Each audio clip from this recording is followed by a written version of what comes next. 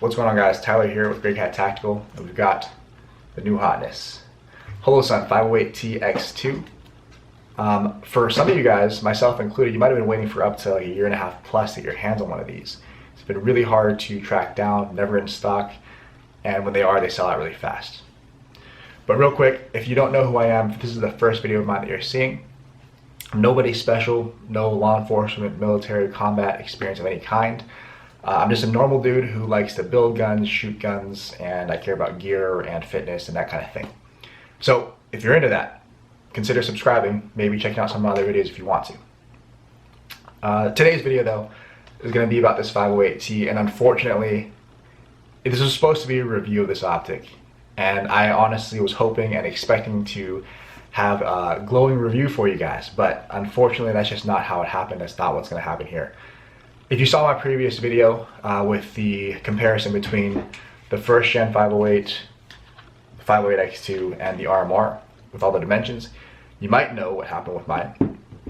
So Holosun's claim to fame is their multiple reticle thing. You got the option to have just, your regular dot or your circle dot reticle.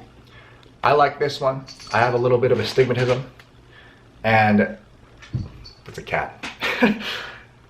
For myself, at least, the dot, whether it's on this one or any other optic, it never really appears as a dot. It's more of a kind of starburst shape. So the circle dot, for whatever reason, through my eye, it actually looks very clear, very crisp, unlike anything else I've tried. So that is my go-to. The problem is, mine did not look like this. If you imagine this whole black area being the window of the optic, it's like somebody took the reticle and just rotated it a few degrees this way. So instead of 12, 6, 9, 3, what we've got is hash marks kind of wherever the fuck. And you might think to yourself, well, why does that matter? Like, if it bothers you so much, just run the dot by itself. Fine, yeah, you could do that. Well, we'll take a look at this at, I guess, two different perspectives. One is practically. So I'm gonna flag you guys with a gun. Don't freak out. The gun's unloaded, even if it weren't. I can't shoot you through a video. But when you're shooting, your gun is going to track more or less vertically under recoil, right? It's gonna be doing some of this. The dot's gonna be moving around vertically in that window. And if you have hash marks on your circle dot reticle, what you'll probably have is those hash marks riding that line as well. Well, if your reticle looks like this, what you probably have instead is this inherent tendency for your eyes or your body to readjust so that your reticle is vertical.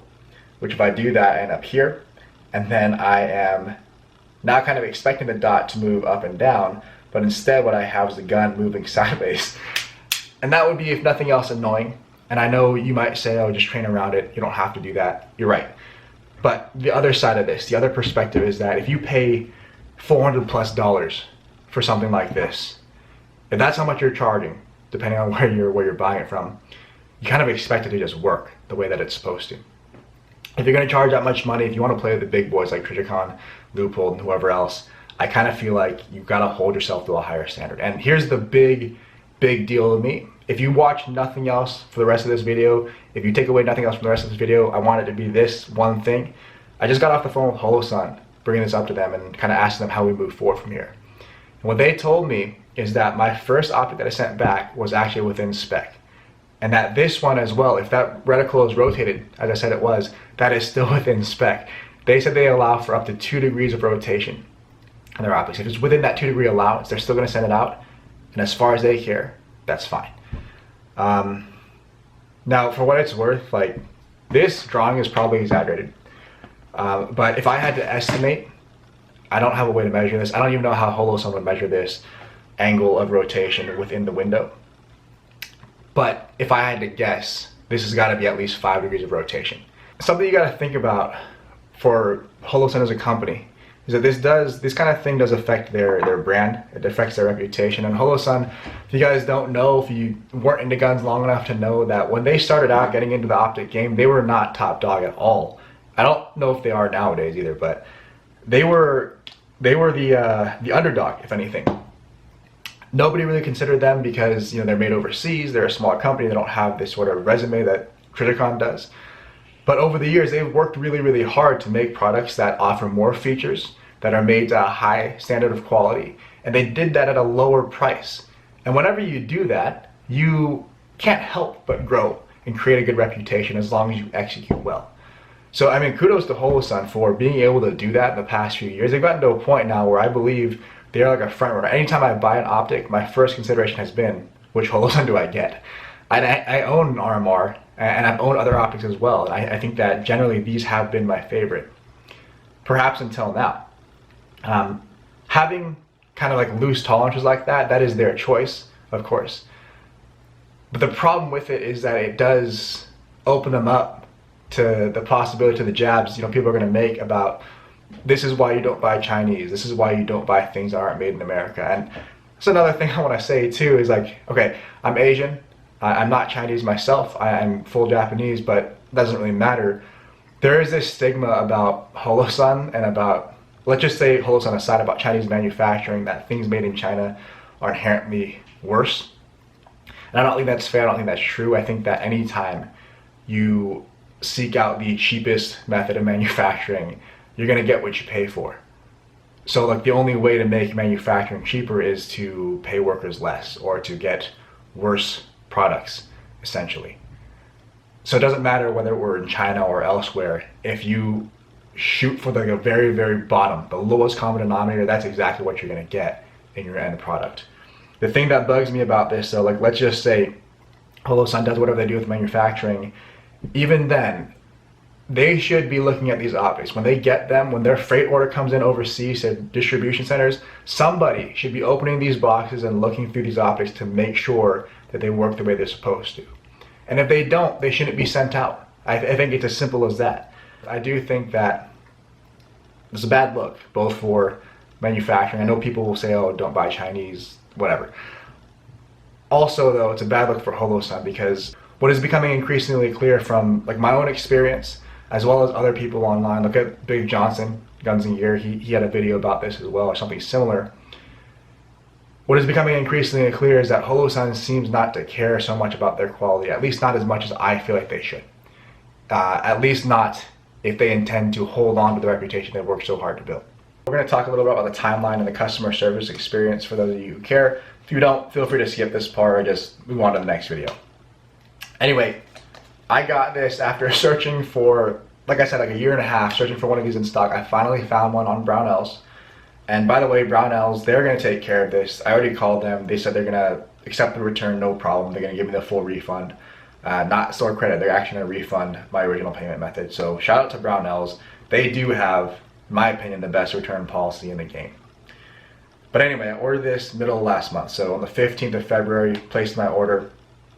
Received it on the 23rd. There was a little bit of a shipping delay just because of the storms that were going on around Texas. You know, a lot of packages got held up. But I received this on the 23rd, upon which I realized there was an issue with the optic. So I sent it, or I contacted Holosun on the 24th. Took them a couple of days to get me an RMA. Once they did, I packed it up and sent it off immediately. Holosun's quoted turnaround time for a warranty claim is 10 to 12 business days. That's what they reiterated to me in the email as well. So that's what I expected.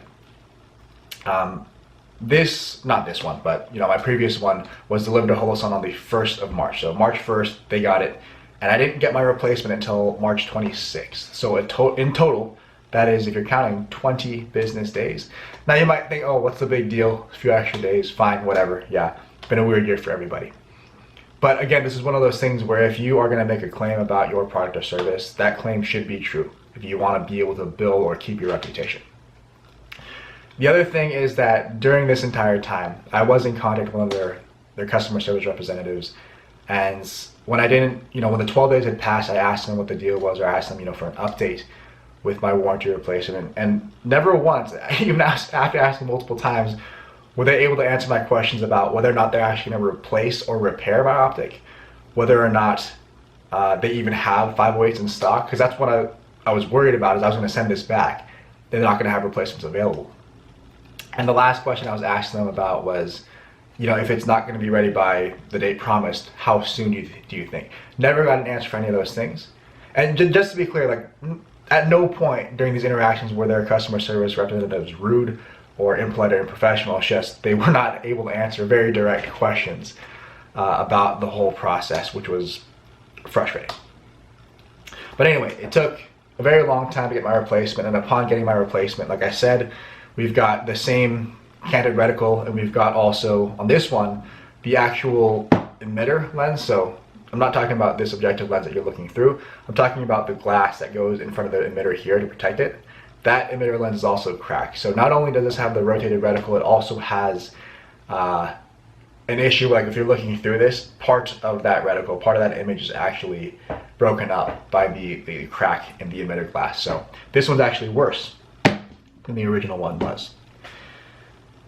So last I talked to them earlier this morning after that conversation about how that rotation is normal, they were saying that I could still submit another RMA. We could go through the process again, and you know, they would, if anything, expedite the next one. And I asked them how long that might take, and they said they don't really know. So I am kind of torn, because it's like I don't really want to wait another month for another replacement that may or may not be okay. And at this point, I've had 4 experiences with the Holosun products. This one is great, still running strong. This is probably still going to live on this gun. I'm still going to use it. The other 3, I guess the past 2 that I got in this exchange and one other that I ordered from agency, all had issues. So I realize it's a very small sample size if you're running the numbers, but oh my God, that's a 75% chance that I order something from them or I get a replacement and it's not going to work. So I think in my case, I'm just not going to bother with it. I really wish I could have gotten a review for you guys on this, but I think that this video, if anything, is just as valuable.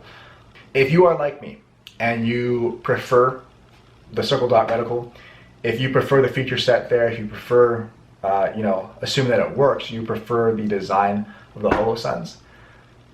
Because, like, let me be honest with you guys, I can't be emotional about the tool that I'm going to use to defend my life with.